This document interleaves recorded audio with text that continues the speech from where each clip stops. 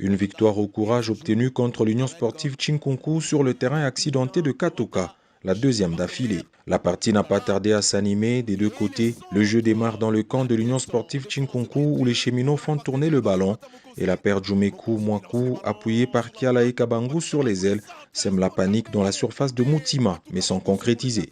Banekini qui cherche un millier, Patou Kabangu qui ravit les ballons pour Orso Mwaku Malanga qui met en profondeur les ballons pour Jumeku. Ah là là! Les protégés du boss Jacques Yaboula Katoué se montrent mordants en mettant plus d'engagement à la perte de balle et Chinkunku n'a plus d'autre choix que de sauter les lignes pour tenter d'exister. À la 14e minute, sur coup franc à gauche de la surface, Dingambo centre se dévient en corner par Mokonzi après la sortie manquée de Mukawa. Les cheminots, avec un pressing haut et une grande précision technique, repartent à l'assaut et trouvent la faille à la demi-heure des jeux. À la suite d'un coup de billard dans la surface de Chinkunku, Harvey OCT place la balle sous la barre transversale pour mettre son équipe devant au tableau d'affichage.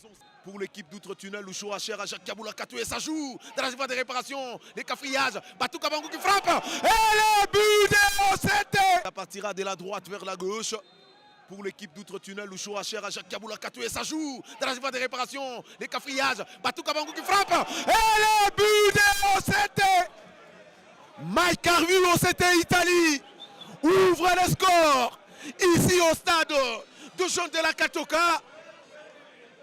Dans ces cafrillages, Harvey OCT qui ouvre le score alors que nous jouons la 31e minute. Chinkunku tente de relever la tête après ce but, mais Douadji et Mokonzi restaient solides. À 5 minutes de la pause, une faute de Benekeni sur OCT est sifflée aux abords de la surface de Chinkunku. Kabangu s'applique, mais sa lourde frappe est repoussée par la barre transversale. C'était clairement la balle de 2-0. Il frappe. Et là là, ce ballon est allé mourir sur la transversale. 0 but contre 1 et le score à la pause. Passement de jambes, il a dépassé la ligne médiane dans l'axe, il s'appuie. Et c'est la fin de la première période.